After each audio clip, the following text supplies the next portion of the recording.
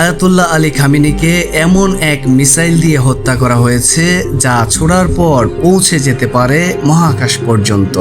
এরপর প্রচণ্ড গতিতে ফিরে এসে আছড়ে পড়ে লক্ষ্যবস্তুতে। মহাকাশের সীমানা ছুঁয়ে আসা এই ভয়ঙ্কর মিসাইলের নাম ব্লু স্প্যারো। কিন্তু কিভাবে কাজ করে এই মিসাইল? কিভাবে খামেনির কার্যালয় লক্ষ্য করে আঘাত হানল এটি? 28 ফেব্রুয়ারি শনিবার সকালে তেহরানের আকাশে হঠাৎ বিকট শব্দ। কিছু বুঝার আগেই কেঁপে ওঠে খামেনির কার্যালয়। নিখুঁতভাবে কমপক্ষে 30টি বোমা হামলা চালানো হয়। দ্য টেলিগ্রাফ এবং নিউ ইয়র্ক পোস্টের প্রতিবেদনে বলা হয়, ইসরায়েলের ছোড়া ওই মিসাইলের ধ্বংসাবশেষের লম্বা সিলিন্ডারগুলো পশ্চিম ইরাকে পাওয়া গেছে। ইসরায়েল এই মিসাইলগুলো ছুড়েছে F-15 জেট ব্যবহার করে। ব্লু স্প্যারো আকাশ থেকে উৎক্ষেপিত ব্যালিস্টিক মিসাইল, প্রায় 6.5 মিটার লম্বা এবং 1.9 টন ওজনের এই মিসাইলটি অন্যান্য সাধারণ মিসাইলের মতো নয়। উড্ডয়নের পর এটি পৃথিবীর বায়ুমণ্ডল ছেড়ে মহাকাশে চলে যায় এবং লক্ষ্যবস্তুর উপর পুনরায় আছড়ে পড়ে হাইপারসনিক গতিতে। এর পাল্লা প্রায় 1240 মাইল।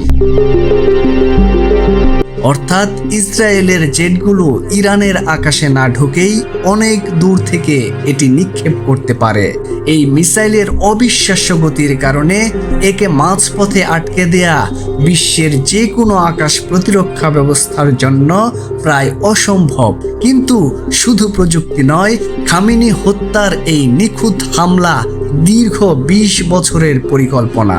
ইসরায়েলের কুখ্যাত গোয়েন্দা বছরের পর বছর খামেনির দেহরক্ষীদের অনুসরণ করছিল।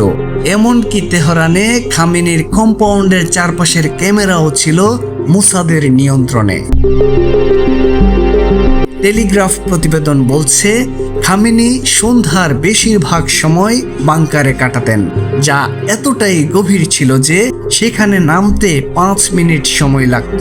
ইরানের শাসক গোষ্ঠী বিশ্বাস করত ইসরায়েলের সন্ধ্যায় হামলা করার সম্ভাবনা বেশি, কিন্তু সিআইএ থেকে তথ্য পেয়ে ইসরায়েল হামলার সময় পরিবর্তন করে ফেলে।